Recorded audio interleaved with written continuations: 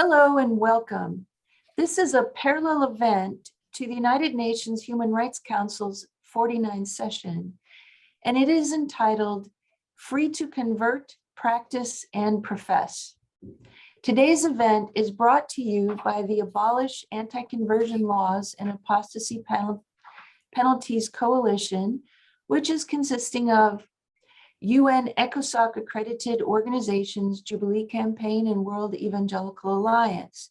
We are also co-sponsored by non-accredited NGOs, the Religious Liberty Partnership, Set My People Free, Christian Freedom International, St. Charles Institute, and we appreciate all those who are co-sponsoring this event. My name is Buwalda. I'm the Executive Director of Jubilee Campaign. Before I introduce the first speaker of our event today, I will provide a brief background of the situation we will be discussing. Despite international consensus on the need to abolish immediately and unconditionally blasphemy laws, apostasy laws, and other legislations which infringe upon the individual's right to manifest their freedom of religion and belief, which includes the right to change one's religion, at least 70 nations worldwide criminalize blasphemy. Approximately half of those are majority Muslim nations, and 22 of which similarly criminalize apostasy, which is leaving one's faith. And these laws are in contravention of international standards. In today's event, we will be discussing 3 countries in particular in which apostasy and/or blasphemy laws have been used to persecute and imprison innocent faith minorities. We will focus on Algeria, India, and Nepal. In Algeria in 2021, a Christian man, Ahmed Sadoud, was charged with blasphemy and sentenced to 1 year in prison for a Facebook post he had made at least 3 years previous, as well as Pastor Rashid Sagir, who managed a Christian literature bookstore, who was sentenced to 1 year in prison for selling, quote, publications undermining the faith of Muslims, unquote. In India, 10 of the nation's 28 states have now enacted legislations that allegedly counter, quote, forced religious conversions, unquote. But these laws have been used by radical Hindu extremists to prevent legitimate conversions and interfaith marriages and arrest those engaging in legitimate conversions. And in Nepal in 2020, Pastor Kashev Archaya was charged with blasphemy and proselytism after a video went viral of him praying with his congregation for an end to COVID-19.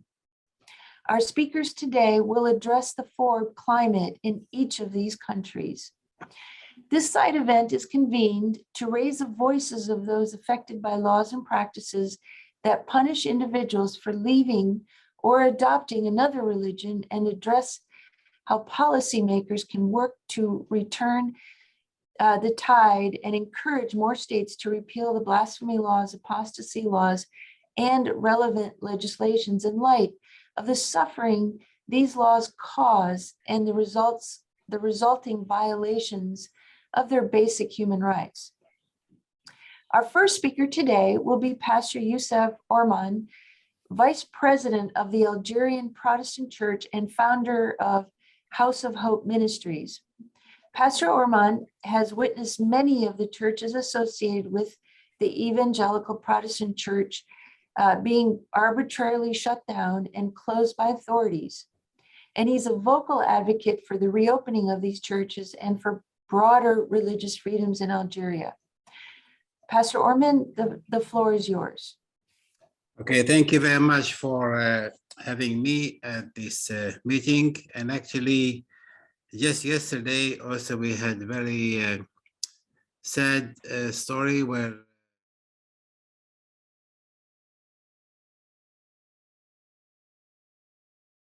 with 3 others he has been sentenced for 2 years, 18 months in prison just yesterday, and the other 3 others with him as well. They have been sentenced for 6 months in prison with a fine between 50,000 dinars and 200,000 dinars. So this is still going on. And actually, we were very surprised the way that the verdict has come. And he was accused of stimulating and encouraging people to meet and also to protest. Well, which is not true at all. But this just happened yesterday. So we're still very much in a big challenge here and battle with the Argentine authorities. And myself, actually, I came to faith back in 1980. I was born and grew up in a very conservative Muslim home. And over the maybe 20 times, I have been interrogated and questioned by the police. And I was also sentenced for 3 years in prison, but because of a lot of pressure from overseas, I have been acquitted. But I'm still facing a lot of hassles, like many others as well. And unfortunately, the Algerian government, for them, because all our churches and all our pastors and leaders, they were all Muslims, they were converts from Islam. So for them, it's a big shame to have these converts from Islam being very vocal, very active. And also they have been trying so much, to stop what's happening. But unfortunately, back in 2006, which is March 2006, the ordinances of that has come, and actually was meant, it has put in place mainly to persecute the Argentine Christians. So just to give you a little, one of the articles, it says, we cannot shake the faith of the Muslim in our country. And shaking a faith of a Muslim in Algeria, it means that if you witness to him or to her, or if you give him something to read, or even if you just something good, if you feed him or buy for him medicine, and his Muslim faith is shaken, you will be in trouble. And that's actually what they are using now, these ordinances of March 2006. And if you are a church leader, you can end up in prison between 1 to 3 years. A church member up to 1 year at least, with a fine up to $10,000, $8,000. So this is what we are facing with this law. And actually, we have been battling so much with this advocacy, but this time it looks that the Argentine government is really, firm. That one of their goals, actually their goals, is to shut down all the churches in Algeria. And since January 2018, they have been closing churches, and up to today, we have 20 churches has been closed down by the authorities, and including 3 other house churches has been stopped. I have been asked to stop their activities. So at the moment, we have a lot of believers now that are a little bit lost, and also without any church activities, church services. And actually, that is the aim of the government, is to make the churches weak, and the Argentine Christians, of course, become weak, and maybe also they can give up their faith. So we have had a lot of challenge. One of the challenges as well, since 2014, we have been trying to renew our license, the church license that has been given to us back in 1974. But this time they have put new law to make it hard for us since 2014. And we are still in the same position, because according to them, we are illegal because we don't have the new license. Although we have did all what they work, all the paper that they asked for, but unfortunately, we still, our license has been renewed. So for them, as I said, we are illegal to exist in Algeria. This is why they found a good excuse to come and close down our churches. But anyhow, we have had so much court cases, so many. Actually, Hamid is serving 5 years in prison, not just 1 year, and many others as well. They are in a big, problem. So you can really, I appreciate very much, of course, Jubilee campaign and Let Me Be Free, and many others, and Middle East Concern, and many others who are really advocating and putting more pressure. But actually, this is what we need at the moment. So we'd like to encourage you to continue to put more pressure and advocate for the Argentine church. But in our side, from the Argentine church, we have overcome fear long time ago, and there is no one the church in Algeria can stop or can seize, because I thank God for the amazing movement of the Holy Spirit that is working here. And we have seen many, many, many converts, even up to date. We still many Muslims coming to faith. But anyhow, for them, for the Argentine government, it's a big shame. But for us, it's a joy, and God is in control and is always sovereign. So thank you for having me, and we will please continue to pray for us, mobilize others to pray, but also advocate for us as well. God bless you. Thank you. Thank you, Pastor Youssef, for sharing from your heart both your personal experience in Algeria, as well as the suffering of those who have been punished for changing their faith. Thank you for presenting the challenges currently being faced by many in Algeria, particularly the imposed licensing restrictions, which have now caused the closure of 20 churches. This is in contravention of international norms and standards. And we support all those in Algeria who are seeking a freedom to worship together, which currently has been restricted and restrained. And we will continue to raise this plight, including the court cases, fines, and other challenges that you're facing. Thank you for sharing about those, and we You're are welcome. standing in solidarity with you all. Thank Our you. next speaker is Ms. Tehmina Arora. She's a director of Alliance Defending Freedom, ADF in India, as well as the General Secretary of the Christian Legal Association in India. Ms. Arora is a prolific writer, having published more than 30 articles on various human rights issues, and her area of legal focus is on human rights, minority rights, and constitutional law. Ms. Arora is passionate about offering legal assistance to South Asian Christians who are targeted by the law of their faith, by the law on behalf of their faith that they're facing. Ms. Arora, we welcome you to share your remarks. The floor is yours. Thank you very much.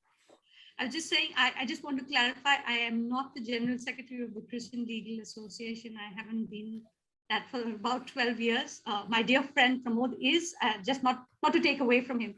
But just to get to the point very quickly, thank you very much for this really important session. I would like to outline the law in India. I do want to talk very briefly about Nepal, and I just want to bring in Pakistan, even though that's not the specific topic of our discussion, but I do think it's valuable to highlight that. On India, as Anne mentioned, 10 of the Indian states now have anti-conversion laws.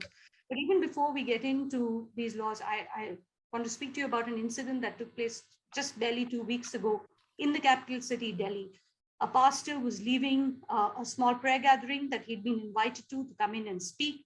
As he was leaving that prayer gathering, he was accosted by about 3 people, who came up to him, asked his name, what he was doing in the area, and why was he converting people.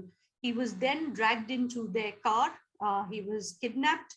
He was taken to another location in the city that happened to have close by, but happened to be a larger Christian area. So it was very deliberately taken to a Christian area. He was asked at that point to go in and identify some Christians who would stand up and speak for him. Sadly, because of the fear, none of the local Christians came to his assistance at that time. He was then dragged. The mob had now swelled from 3 people to close to 100. It swelled, and he was taken to a crossing. He was tied to the railing that sort of separates the 2 roads. He was tied to the railing with a nylon rope, and he was thrashed in the middle of the street, and nobody came to his rescue. Somehow, after an hour into his ordeal, he was able to get himself loose, managed somehow to leave that area. It's really miraculous that he was able to leave. And he goes back, manages to get home. And due to the fear, due to the trauma, he doesn't report the case immediately. But there are videos that are circulating on social media that highlight or at least show some parts of the incident. He finally manages to go to the police, and the police, instead of filing a complaint against members of the mob who are now identified, chooses instead to investigate the pastor, asking him, show us your bank account details, tell us how you're receiving money to convert people. Why is this such an important issue in India? Because repeatedly over the years, a narrative has been built up that Christians in particular receive foreign funds to be able to convert people. So much so that this has not only got into the hearts and minds of many Indians, but actually is now in the law in many parts. So in 10 states of India, we have laws that restrict conversion by force, fraud, or allurement.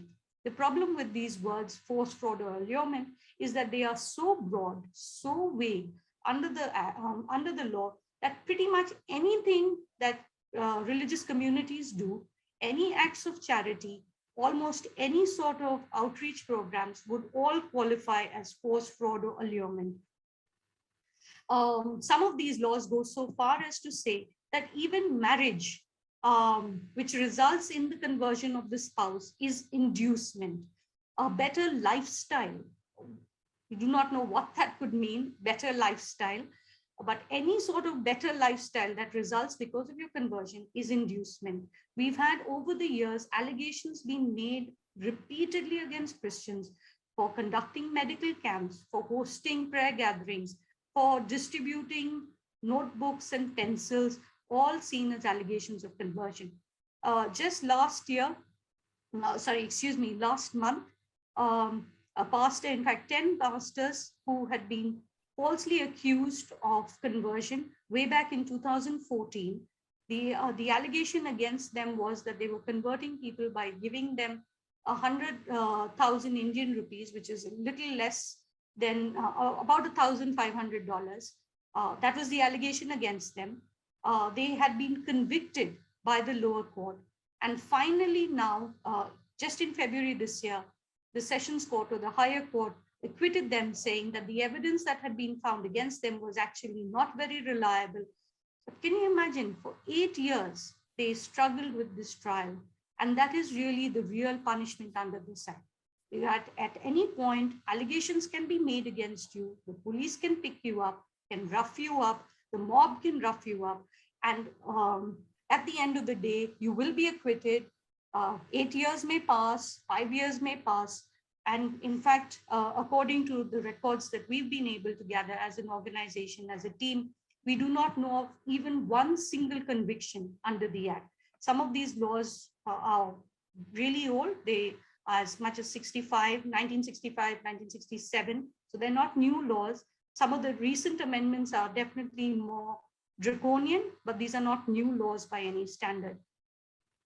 So these laws are highly problematic. Call on the international community to highlight how they violate international norms. India comes up for review at the UPR this year.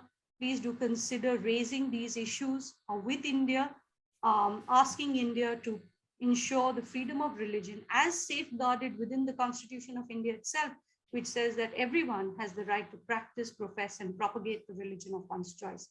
I also at this point want to quickly flag the situation in Pakistan. While there is no apostasy law, we know how the blasphemy law there has repeatedly been used to target religious minorities or even minority sects such as the Ahmadiyas. There have been several cases every year where, because of to settle petty scores, Christians, Ahmadiyas, and others are falsely accused under these laws. Why is it so difficult for any person to openly declare that they no longer believe in a particular idea of Islam, or they have moved out of Islam and embraced a different religion? Under Pakistan, the threat of blasphemy laws continues to hang over their head. Nobody can openly talk about conversion. No one would be able to openly say that they have converted from Islam to Christianity. And it's important to see how these blasphemy laws, especially where fatwas are issued against the convertees rather, people who are converting, what impact that could have on people leaving the faith. So I just want to flag that. I realize I'm completely out of time, but thank you very much for this opportunity. Happy to take some questions. Thank you so much, Attorney Arora, for your excellent overview in both India and Pakistan, especially of the impact of anti-conversion laws in India, the story of the pastor recently who was so traumatized is really heartrending. And thank you also for your description of how the blasphemy laws have created such a tense and difficult and challenging environment in Pakistan. We do appreciate your remarks. I would like to mention to all attendees that if you have questions, we will have a period of question and answer at the end of the session after each of the speakers are completing their remarks.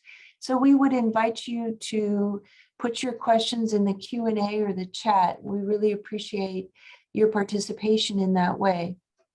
Our next speaker is Mr. Ajit Sahi, who is the Advocacy Director of the Indian American Muslim Council, an organization focused on promoting pluralism, tolerance, and respect for human rights in the United States and India.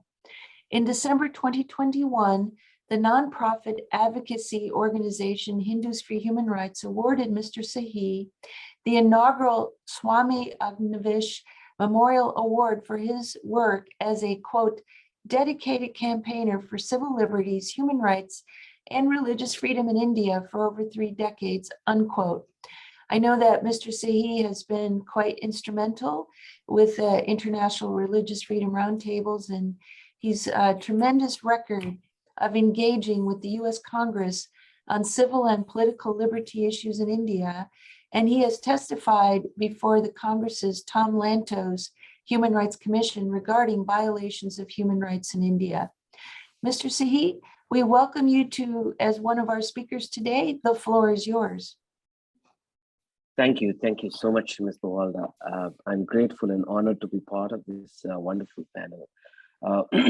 And thank you so much, all the panelists, for being here.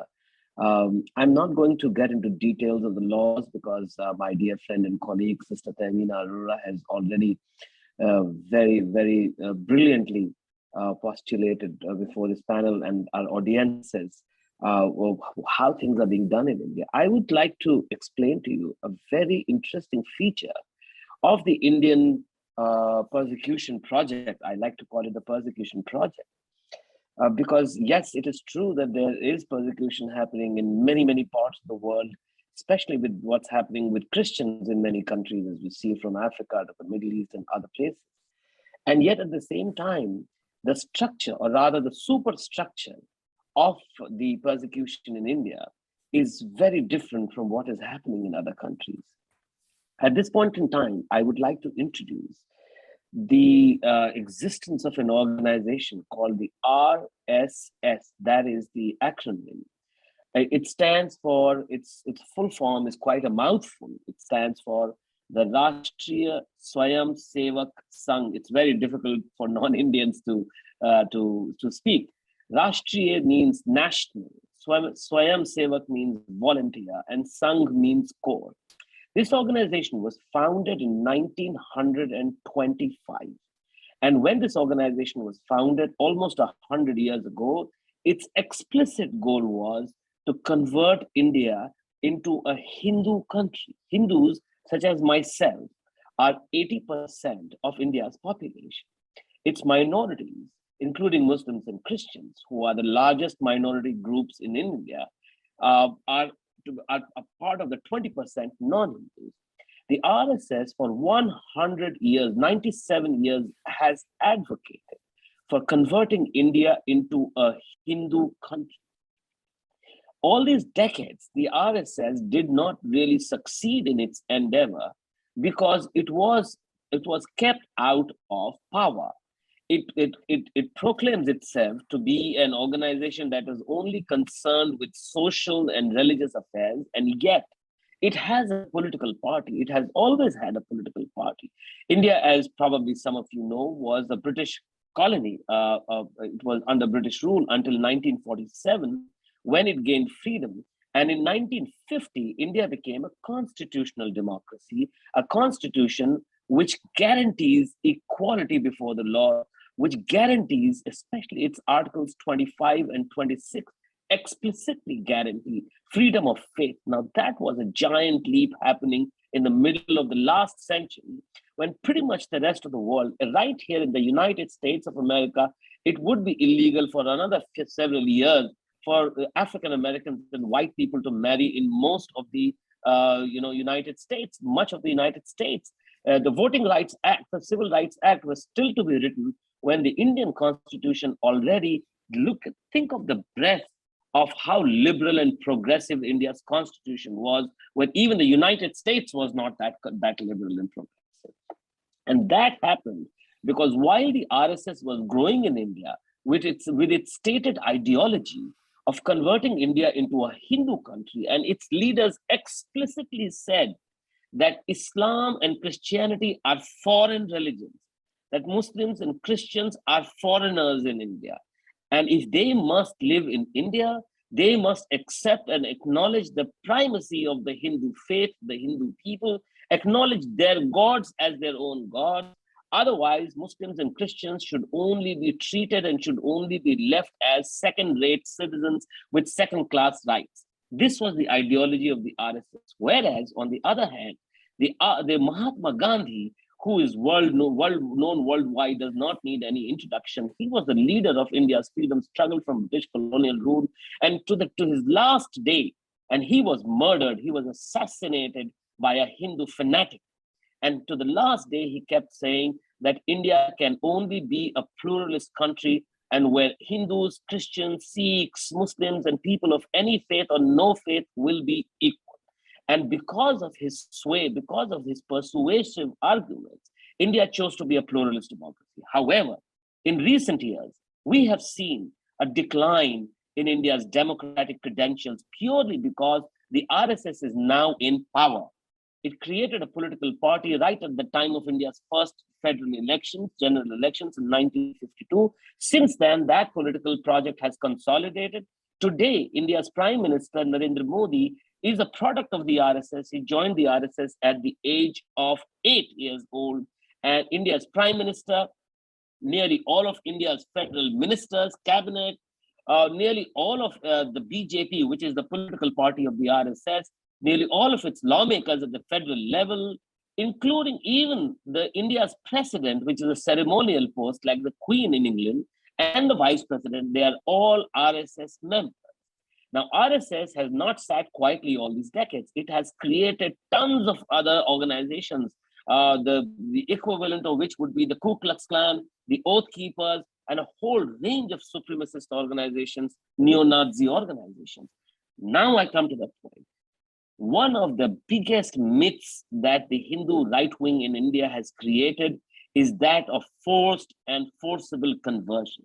Now, while on one hand, the Indian Constitution, as I mentioned earlier, Article 25 and Article 26, guarantee freedom of faith, including freedom to convert, the Indian Penal Code, which is the set of laws, which was written independent of the Constitution, which was in fact written in the 19th century by the British colonial rulers.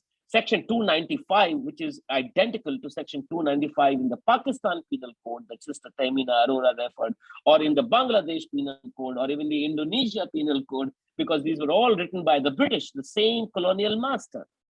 And what happened was that these sections were introduced basically criminalizing any kind of faith-based activism. They are so overbroad, they are so generalistic, they say, it is a crime to hurt the religious sentiments of any community. Now, this has been taken as license by the government and its agencies, the law enforcement agencies, to go after people whose ideologies, whose faiths they do not like. And because it is the BJP RSS which is in power in India, and they obviously do not like the faiths of Islam and Christianity, they have weaponized these laws to go after Muslims and Christians. And because these laws, which are so overbroad, therefore, they can pretty much criminalize anything. You have people sitting in their homes, praying or not even praying, but the police can come and arrest you on the false allegation that you have been converting. The mere act of praying or holding mass, the mere act of praying at a mosque is now susceptible to police law enforcement action, where they will arrest you and put you in prison. Now, how does this happen? The police don't do this themselves. This is where the RSS and its affiliates come in. RSS is a hydra-headed, multi-headed hydra monster. It has created many organizations. Most of them are vigilante, neo-Nazi type of organizations. These are the organizations that Sister Tehmina Arora referred. They go around the country. These are hired goons, literally Muslim goons. They go around, they go and sniff out who's praying where. They go and find who has married who. So if a Muslim man has married a Hindu woman, they have created this bogey, this myth of love jihad. And love jihad has now become law. It has now been criminalized by various states, especially in the state of Uttar Pradesh and Madhya Pradesh, where Muslim men marrying Hindu women are now criminalized. And therefore, this is the superstructure. So it is not just the police that is targeting. It is the entire government that is targeting.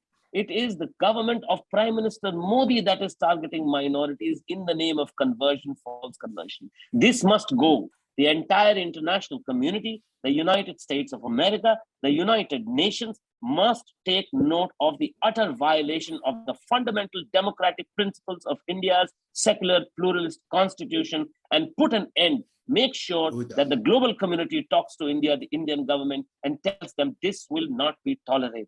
Thank you so much for the opportunity given. Thank you, Ajit Sahi of the Indian American Muslim Council for your participation today and excellent explanation of the Indian Persecution Project. Thank you for sharing with us more in-depth overview of the Indian Constitution's protections, very strong protections of religious freedom. I appreciate your tying that in with the threat being posed by the RSS. I've studied the RSS in the past and its historical efforts that just Hindutva and its efforts to just really oppress the minorities, convert them to Hinduism, or at least prevent them from exercising their faith. So we appreciate your expose of that, as well as the love jihad that's taken place. My organization, Jubilee Campaign, has actually raised concerns about the efforts to intervene on marriages that are honest to goodness, love marriages. And we appreciate your raising these issues for us today. And we look forward, perhaps in the Q&A time, to hear more of your overview. Thank you. Our next speaker is Dr. Michael Williams, National President of the United Christian Forum for Human Rights, an organization in India that upholds fundamental freedoms and promotes the values of justice, liberty, equality, and fraternity.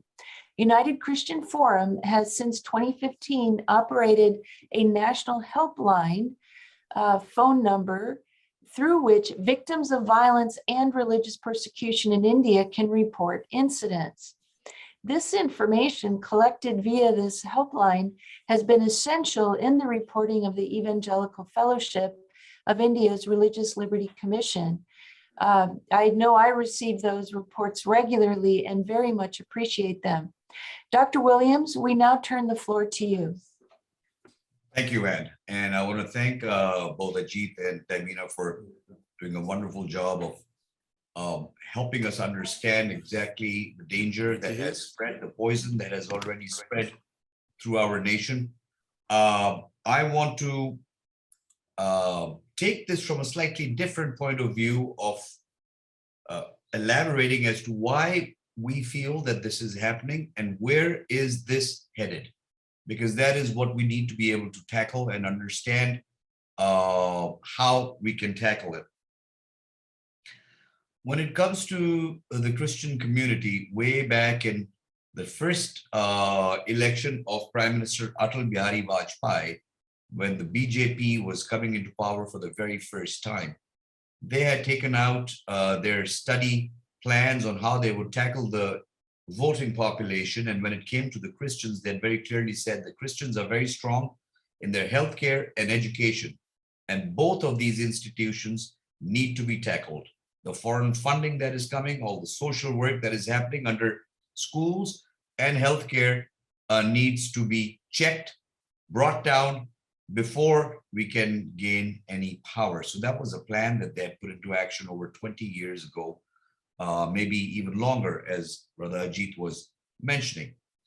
Now, to put it into perspective, why is that so insanely important? Because the Christian population in India at the time of independence stood at some 2.8% of the total population of the nation. The last census of 2011 put the population at 2.3%. In fact, it has come down a little bit, but the numbers have stayed unchanged. And for all of my friends here in India who talk about the mass conversions, the Indian government census data just does not add up to reflect that there has been any large conversion. Those being the facts, the rumor mill makes it so, and hence, as Tehmina said, 10 states already have anti-conversion laws, and in the last few months, 2 other states have signed up, the states of Haryana and Karnataka. Haryana is a neighboring state of Delhi, so that would make it 12 states out of a total of 28 states that comprise India. So 50% of India pretty much would have these anti-conversion laws in it. When it comes to education, 40% of educated Indians from any faith, 40% of educated Indians at some point have had their education in a Christian, missionary, or convent school. 30% of people who receive medical treatment have received it at a Christian medical center. That data is hugely important because 40% of Indians who've been educated have been educated by a mere 2.3% of the population. Now, I'm sure we're all familiar with the changes they made to the FCRA, the Foreign Currency Remittance Act. We're all familiar with the Citizenship Amendment Act and the chaos it has created, and these are all being tackled legally. But the anti-conversion laws, the fear is moving forward with the new education policy that has been brought in. And I'm going to talk only from a policy perspective. When you marry the new education policy to the anti-conversion laws in this state, a school teacher in a Christian school or anybody taking morning assembly, asking children to say the Lord's Prayer or sharing a story of heaven and earth and hell would be guilty under the anti-conversion law. He could be arrested, thrown in jail for a period of time, which would throw the entire educational institution into chaos. That is where it is headed. Apart from Article 25 and 26 that Brother Ajit had mentioned, Article 30 of the Constitution of India says all minorities have the freedom to establish and administer educational institutions of their choice, period. It's an unfettered right given under the Constitution of India. Now, to change that, amend that Constitution is something that is very difficult. This present government understands it's near impossible to radically and drastically amend the Constitution of India. But the other way around is to completely bypass the Constitution. So the new national education policy, which has given the master plan of how to bring back the caste system that has been in hurting and crippling India, the new education policy works towards bringing the caste system back. But it also does something very silent in a very small passage, which is called twinning of schools and forming school clusters. Now, under this policy, a government school will have the responsibility of 5 other schools in the neighborhood of twinning them and creating one large cluster. Now, the principal of this government school will head up this cluster, will decide how the classrooms of each of those individual schools will be used, the gymnasium, the music room, the teachers. And if the government school children need entry into that school, so be it. What happens if they create a ruckus in that school? What is the responsibility and liability? All of it lies on the principals of the schools in the cluster. The way it is in India is that in a rural part, there would be one government school somewhere in a small town, but dozens of small Christian missionary schools around that will come underneath this. And without amending Article 30, the government would have made inroads and taken over physical and pretty much all control of Christian schools. That is a fear. And you take this control and then you bring in the anti-conversion laws where this principal of the government school will be able to tell any teacher over there, how dare you take the name of Jesus in that school, because you are converting, that teacher's career will be over. So that's where this is headed. Another policy that the government has brought into play along the time the CAA came in, just short of that, is now when Indians residing overseas who've taken different citizenships apply for what is called OCI, Overseas Citizen of India. They're required to go online, fill a form. And in that form, I'd like to just read out for you from a Government of India circular, which is dated 15/11/2019. And this is for all those seeking OCI, Overseas Citizenship of India. OCI card holders are not entitled to undertake missionary, mountaineering, journalism, and tabligh activities without prior permission of the Government of India. For undertaking missionary, mountaineering, and tabligh activities, OCI card holders must seek prior permission from the Indian mission concerned. So if you happen to be of Christian origin in India and you are now living overseas, trying to come back to India, you are warned that you cannot get involved in missionary and mountaineering activities. Now, mountaineering one can understand because the mighty Himalayas act as a natural border against Pakistan and against China, and sensitive military postings are there. I can understand that. But missionary being put at that same level and completely forbidden, I'm not able to understand, but it is so in the document. Now, if you were to read this and say, I still want to apply, the minute you enter, you under religion, Christian, there is a drop box that opens up. The drop box asks you to give the name of your pastor, the mobile number of your pastor, the email ID of your pastor, and the address of your church. And it asks you to fill an undertaking, which you must then comply with. And the undertaking says here, dated to the visa officer, Consulate General of India, sir, I hereby solemnly declare that my visit to India during the period of this visa is solely for tourist purpose. During this period, I will not engage in preaching or any religious activity while in India. I shall not attend any church service.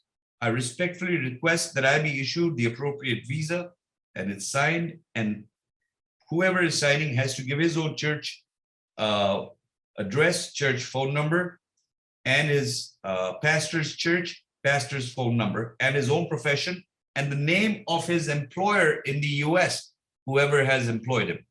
So if you don't fill it up, you will be plagued with things from CKGS, which is the organization that issues visas, which is Cox and Kings.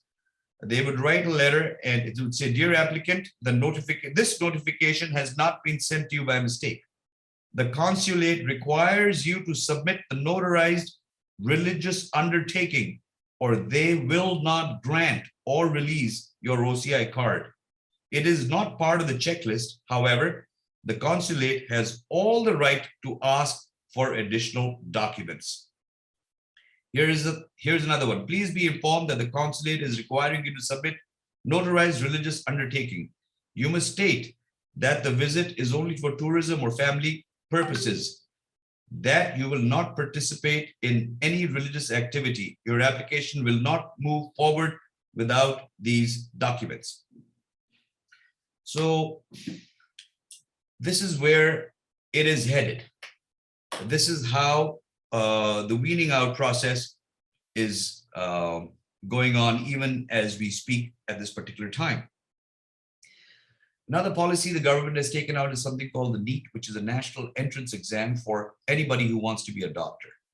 Earlier on, all minorities and minority medical institutions had the right to reserve 50% of the seats for Christian students they choose. These 50% students undertook a bond saying, after my 5 years of getting my MBBS degree, I will serve a 3-year term in a rural hospital somewhere. All the Christian rural hospitals got their doctors in training from these bonds. Now with the NEET being imposed, the Christian hospital, medical colleges can no longer reserve seats, but have to take students that the government sends towards them from their short list. Second, you cannot require them to fill any form of any bond that they will serve after they graduate. Now that will hurt all Christian hospitals, rural hospitals, care centers in the coming years. Maybe 5 years from now, we will see a tremendous amount of these collapsing and closing because of lack of doctors due to this simple policy that they've brought into Christian medical colleges. Just yesterday in the newspaper, they declared that because they're not getting enough applicants for the MD, master's level program in medicine, they are now reducing the entry level marks by 15%. By dropping it by 15%, the benefit will go to those who are from the majority faith here in India, because those numbers are so large. And so all of these hospitals at some point will have very limited Christian students, since they are no longer able to enjoy the benefits of reservations that a Supreme Court order judgment had given Christian institutions. Without amending the Constitution of India, these changes are happening. I say all of this just to wrap it up really quick, because I know I'm also out of time, that the optics of what Tehmina was talking about, or when a pastor is tied on the street and beaten and the video goes viral, obviously the optics are not good for the government. They understand that. They allow that to happen just so that they can say, yes, this is happening, so that the rest of the world turns a blind eye to the larger policies that are slowly tightening like a noose, which at some point will all come into place. We are headed there. We are dealing with that. So I'd request prayers. I'd request all of you to be aware of any policy, because today I am so super cautious that no matter what office order or what policy comes in, I read it to understand how has this been designed to affect the Christian church in India, because for sure, somewhere in the fine print, it is there. We just need to be able to locate it. Thank you. Thank you, Dr. Williams, for explaining where the situation in India is headed, and it looks bleak. Wow, with the 2 additional states that have are likely to have anti-conversion laws, with the percentages of Indians who've had their education in Christian schools, and that will be clearly diminished by the policies and laws that you've shared with us, and the impact on the medical care provided by Christian institution is also very just disturbing to learn about that. Just thank you for exposing how the government of India currently is working so feverishly to bypass the constitutional protections of India, bringing back the caste system. Unbelievable. We need to be sounding the alarm, and thank you for sounding the alarm, because these are very perilous times in India. And I would notice that the last few days elections seems to be strengthening the hand of the current government of India that's imposing these things. And so we do definitely need to be in prayer, and we need to be advocating and putting pressure on India. Earlier, Ms. Arora had explained how the India is up for review at the UN, and we definitely need to be inputting our comments to put pressure on India to stop this path that they're on. Again, thank you for sharing about these very frightening in some ways possible outcomes. I mean, it's scary to know that the next time I try to file for a visa or others look to try to file for a visa with India, we're going to be having to expose everything about our religious behavior, membership, everything. That's just really disturbing and invasive. Thank you again for alerting us to this. Now, our next speaker and final speaker is the Reverend Dr. Mukunda Sharma in the country of Nepal. We are so grateful that he's taken the time this morning as well to join us. Senior pastor of Bethel Assembly of God Church, Bhaktapur, Nepal, Dr. Mukunda Sharma. He's also the executive secretary of Nepal Christian Society and founder and chairperson of Transformation Nepal, another NGO, faith-based NGO. Dr. Sharma is a member of the Interreligious Peace Federation of Nepal, and he's Secretary General of the International Panel of Parliament, Freedom of Religion and Belief, and Treasurer of Nepal's Christian Relief Service. We're so thankful that you're with us this morning. Dr. Sharma, the floor is yours.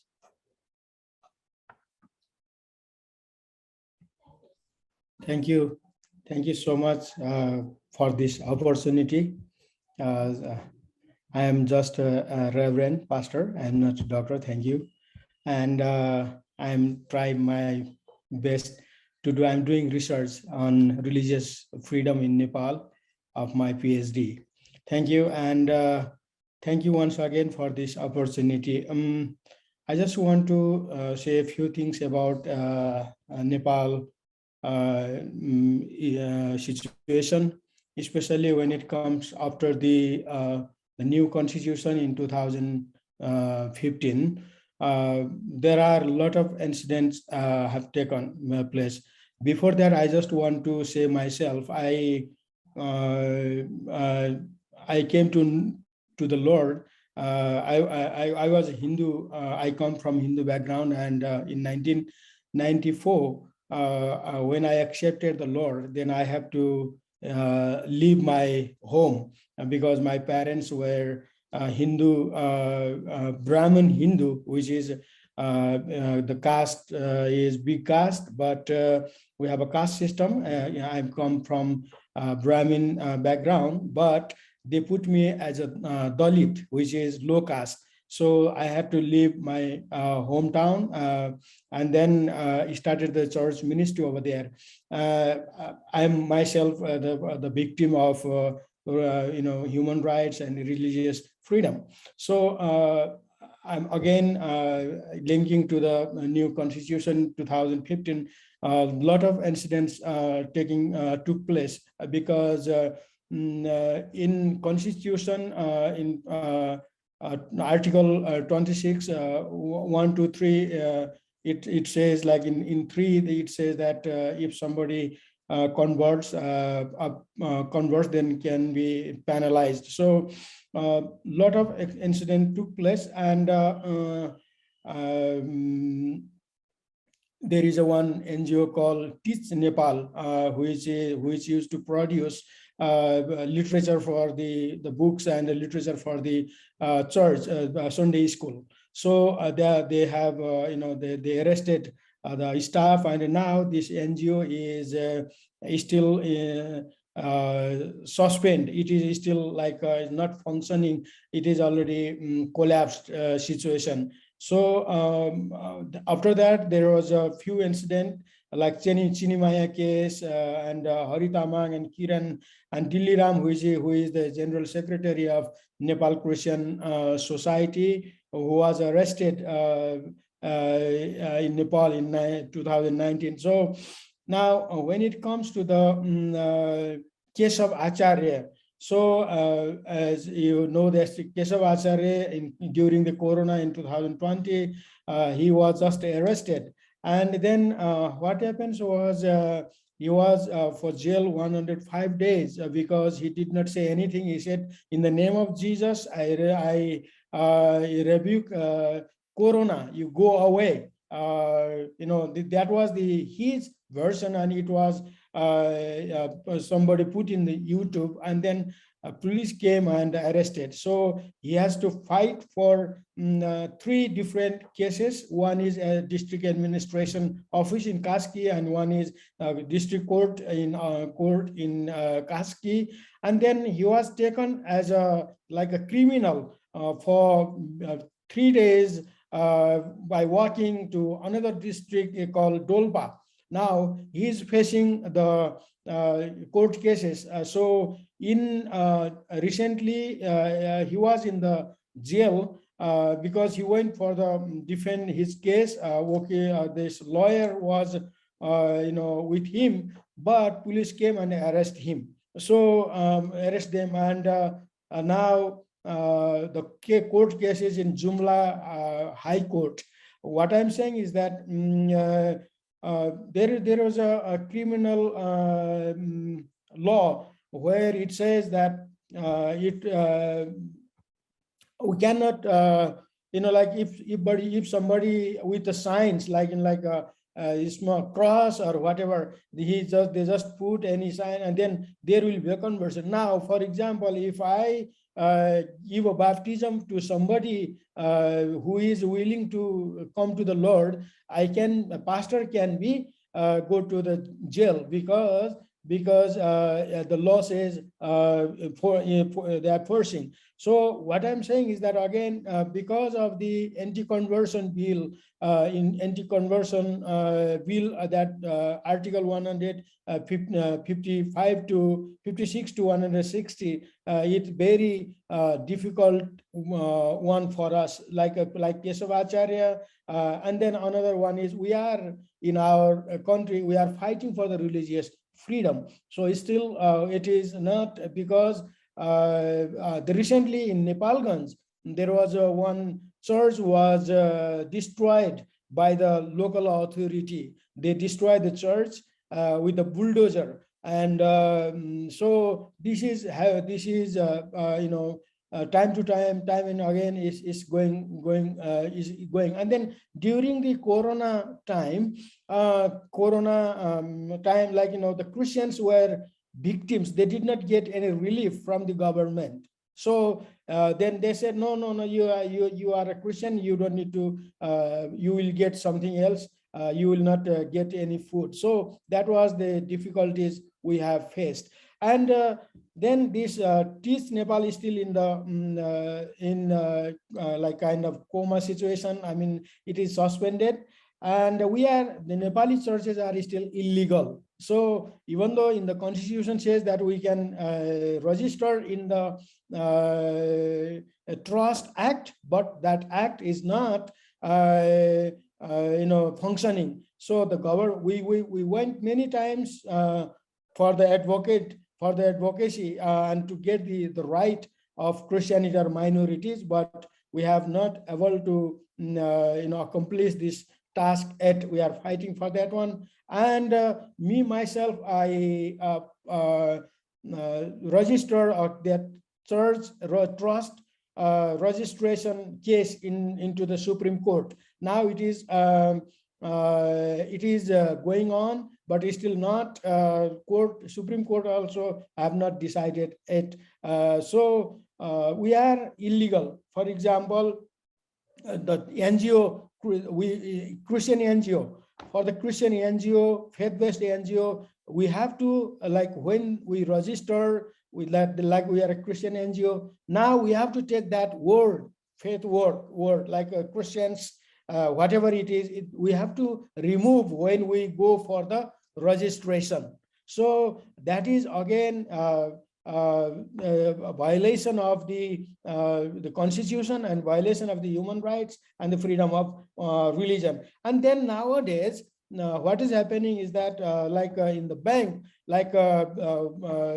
they asked many questions, and some of the joint account pastors account is already is cancelled. So the money is moving here and there. It's not going back to the sender, but it is still difficulties going on. And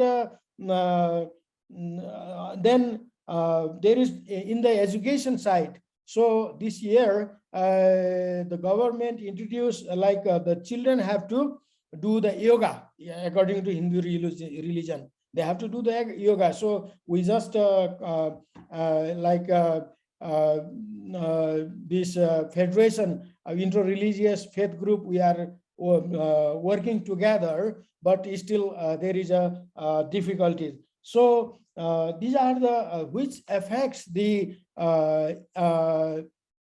everything like Christians, minorities group have no right. We are again like an underground community, and then we have no legal entity, we have no identity. So this is, I just want to request that for the advocacy and for the lobbying and for the coordination. So this constitution and criminal law has to amend, otherwise we never be like as a Christian or minority in our country. So this is quite challenging for us. So just pray for us, and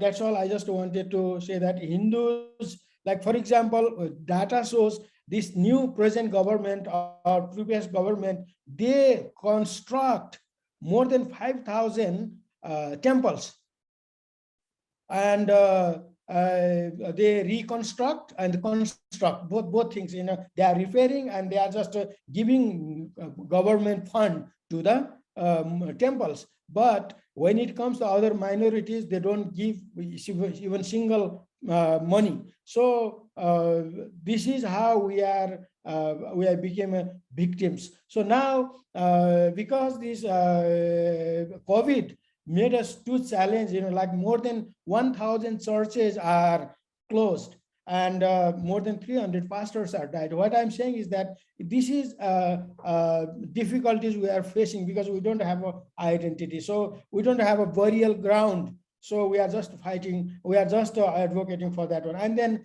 from the international community, we are getting support like Jubilee and others, like we are trying to work together. That's what I just wanted to share with you, that about the religious freedom, we are still waiting to we are just waiting to practice.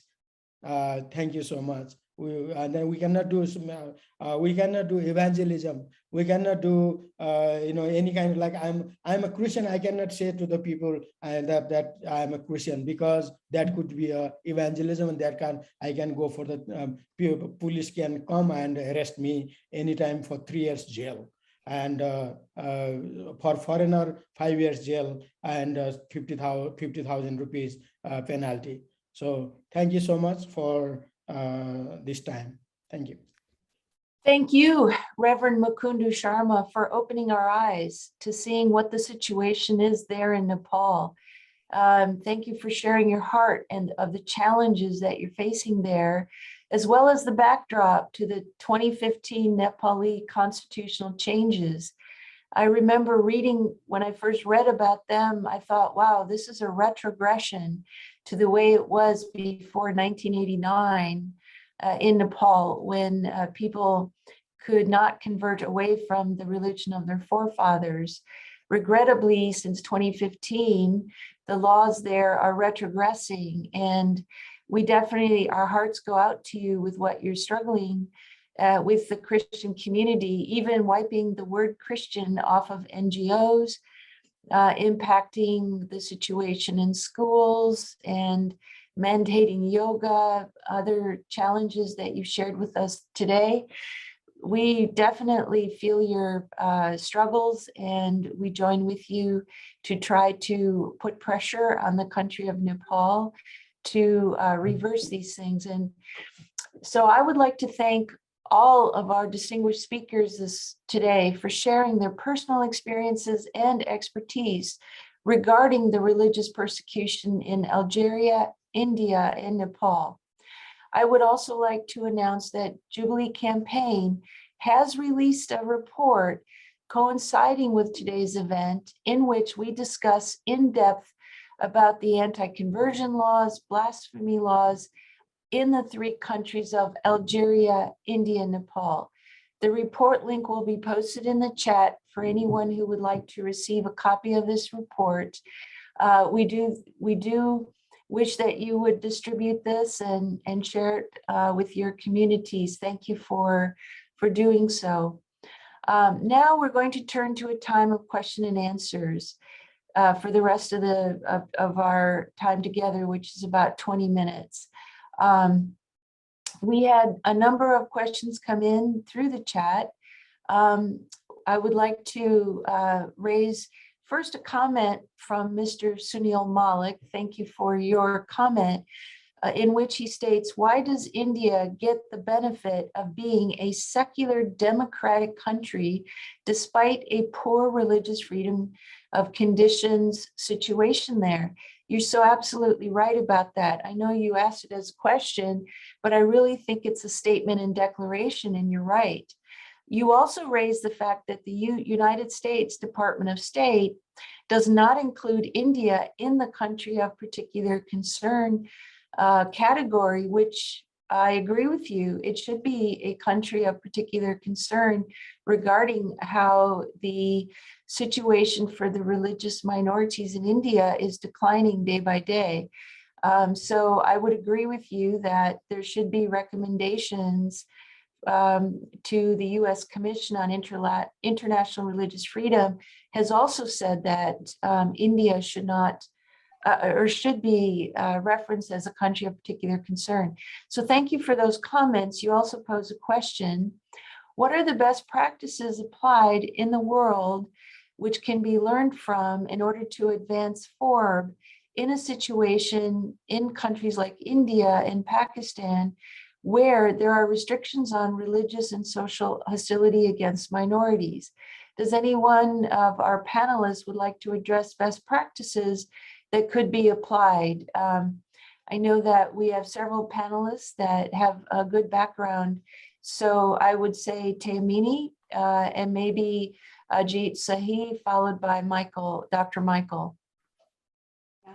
Thanks, Anne. That is really a key question in terms of how you respond to some of the violations. I think it is imperative that we continue to document the violence that is taking place. We ensure that victims have a chance for their stories to be heard. We continue to provide legal resources, support, so that these cases make their way through the court. In India, particularly, where the constitution continues to be providing certain, or at least not providing, sorry, but protecting certain rights, it's so important that we continue to litigate these cases. We do have a legal system that continues to function, so pressing through that would be really important. It's important also that communities know their rights. There is legal literacy, so that is an important aspect. I also think it's incredibly important to have interfaith dialogue and opportunities for other faith communities to come and stand in solidarity with victims.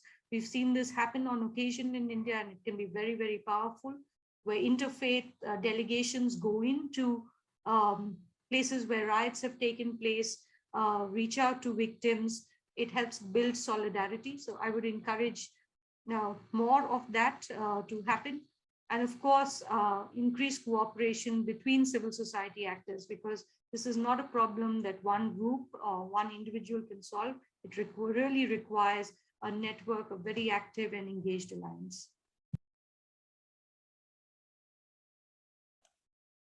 Thanks for that. Ajit, Sahi, do you have any comments for us? Yes, thank you for everybody's statements. I think what is important for us to understand is, and I will, of course, I agree with what Tehmina just said.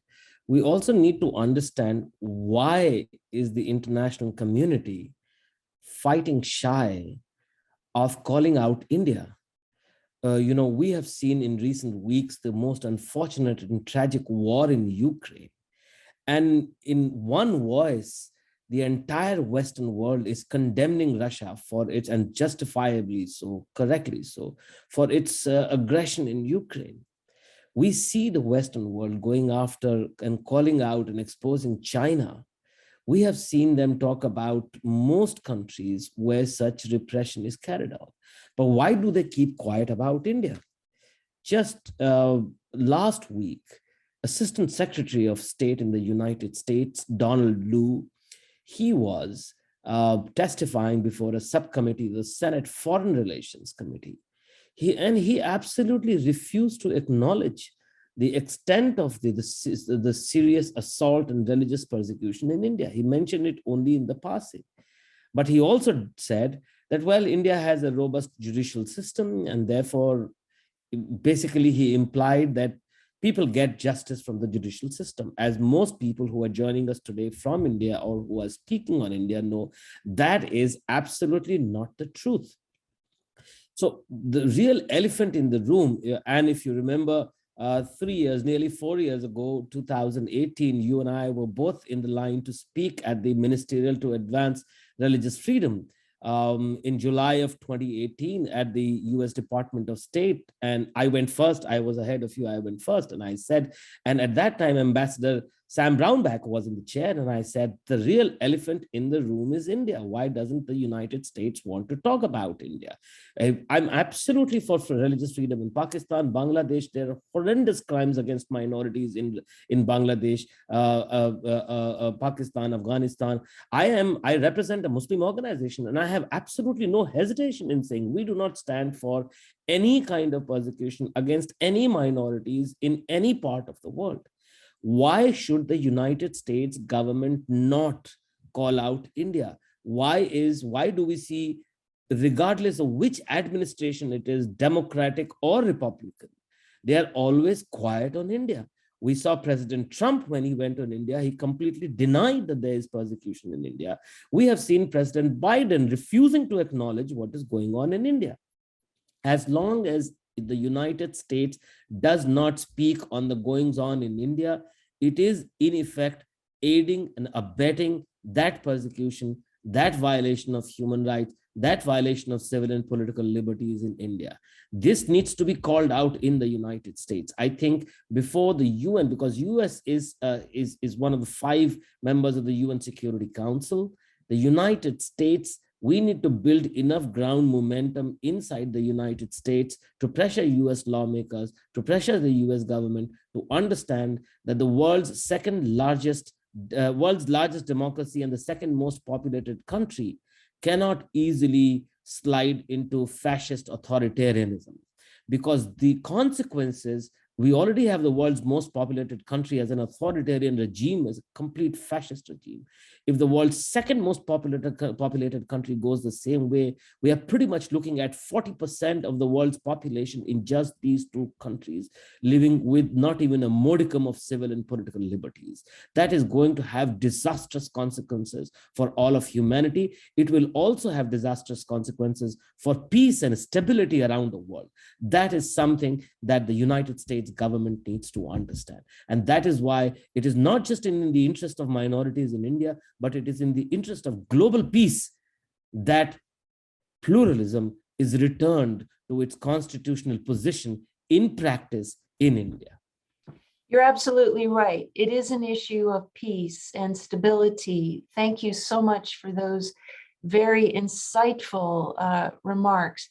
And Dr. Michael, as I turn to you, I want to read what Dr. Sheikh Ramzi from Oxford has said in the Q&A. He stated, thank you, Dr. Ajit Shahid, for your addressing the RSS as a fascist organization that governs India. Over hundreds of millions of Muslims are prisoners of India's regime RSS.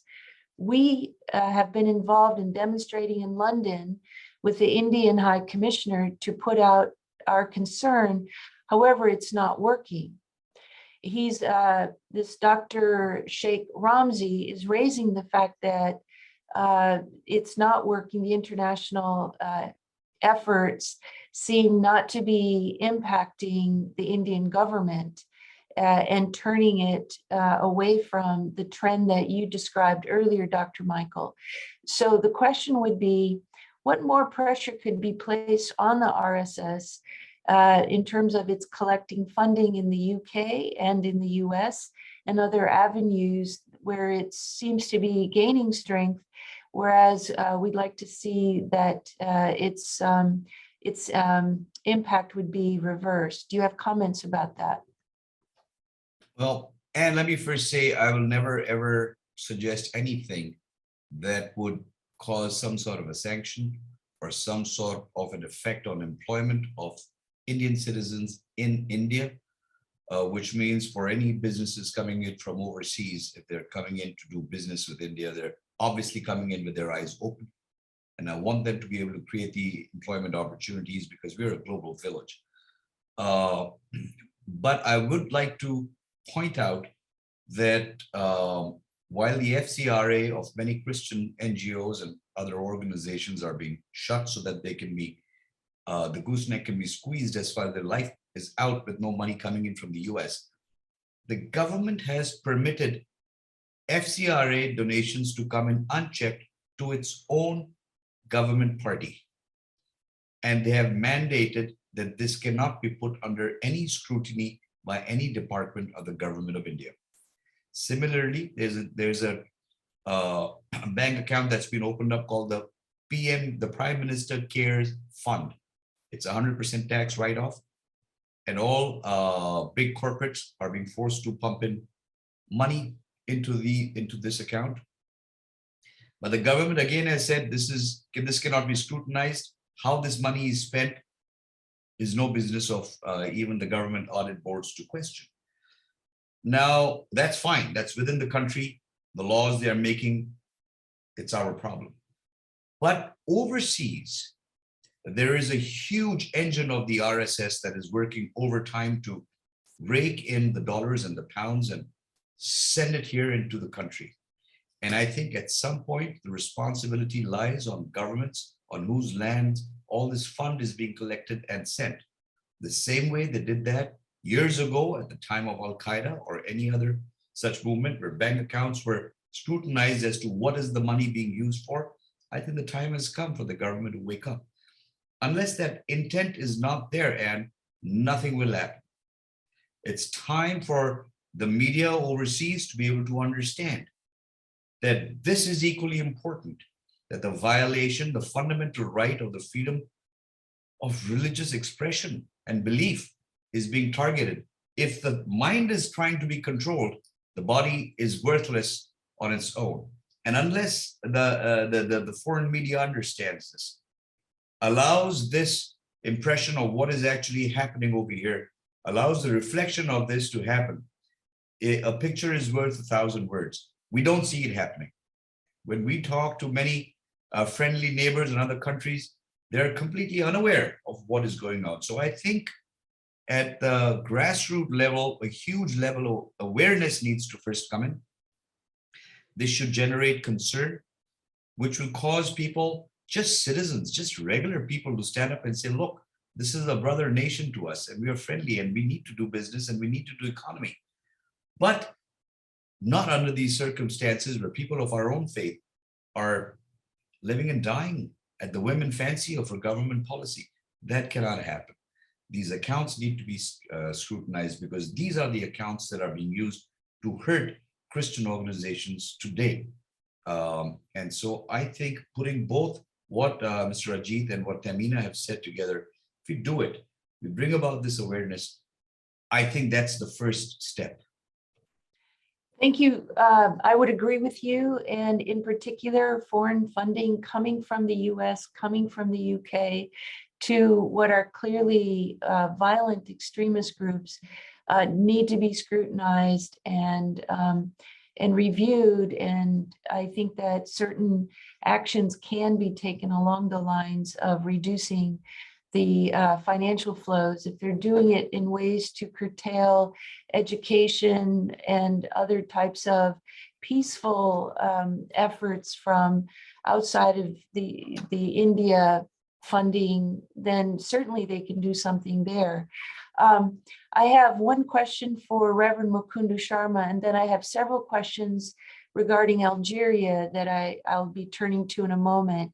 But just focused a little bit on the theme, a little bit more, I should say, on the theme related to the growth of extremism and nationalism. With the situation in Nepal, it seems still to be at more of a crossroads that could be impacted. Are there ways, Reverend Mukunda, that you would like the international community to come alongside the efforts in Nepal to turn the tide back towards more freedom of religion and belief? Are there things that we can be doing to help you? Thank you so much for that question, which is very important for us. First of all, we are in between India and China, big countries. Nepal situation is not hard. I mean, like sometimes our issues becomes only our issues. It is not going to in international level. It is very challenging for us. We don't get any support from anywhere, including government. Now, when it comes to the international support, like Jubilee campaign, and we need very much your support, because first of all, the government is not so much implementing what is in the constitution. Second one is government is, and the community and the Hindu extremists is targeting to the Christians and minorities. So previously, I know that Jubilee campaign have sent international effort to the letter to the Attorney General and other officials, that sometimes they don't hear properly, but it is very important to continue. It is very important to continue so that our voice can be heard by the international community, so that we will get our right. Thank you. Thank you for referencing that. We do know that the UN Special Rapporteur on Freedom of Religion and Belief has made statements on Nepal saying that it's a multi-ethnic, multi-religious secular state. And I do know that you have the support of certain UN mechanisms. And now turning to the situation in Algeria, there's questions with regard to, once again, how can the international community help the Protestant Algerian church there get its licensure? Particularly the 21 churches that have been shut down recently under the guise of COVID-19 and other health restrictions. What can the international community do to support the churches and other human rights violations that are taking place in Algeria? How can we help you?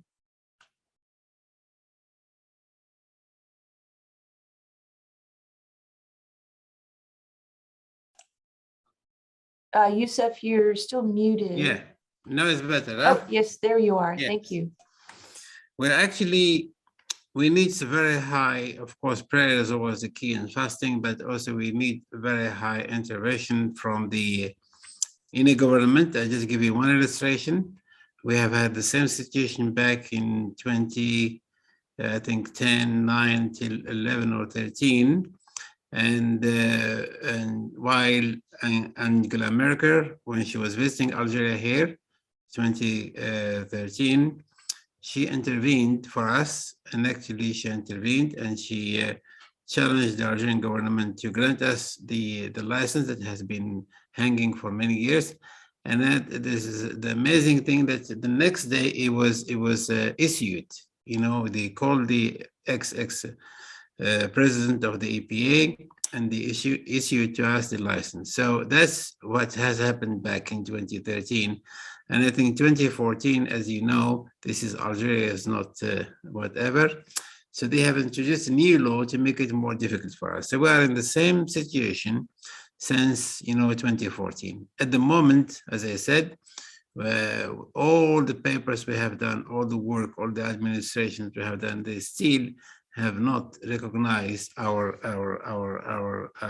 demand and also grant us the license.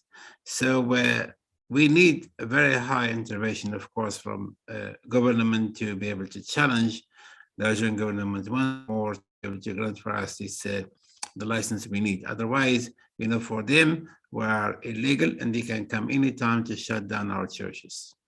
That is left open till today. So I appreciate that. One of the things I've had struggled to really understand in Algeria is why the government there is even doing this. What threat does the government perceive from such a very tiny minority of people coming together? It's, it doesn't seem to make sense that it would focus, and we need to, I think, put more pressure on the Algerian government so that it doesn't view closing of churches as something that the world community will ignore, because there's so many other issues happening in the world. So I really hope, and it is my sincere desire, that the situation in Algeria reverses. We certainly are doing everything we can to raise the focus to try to get the Algerian government to reverse course.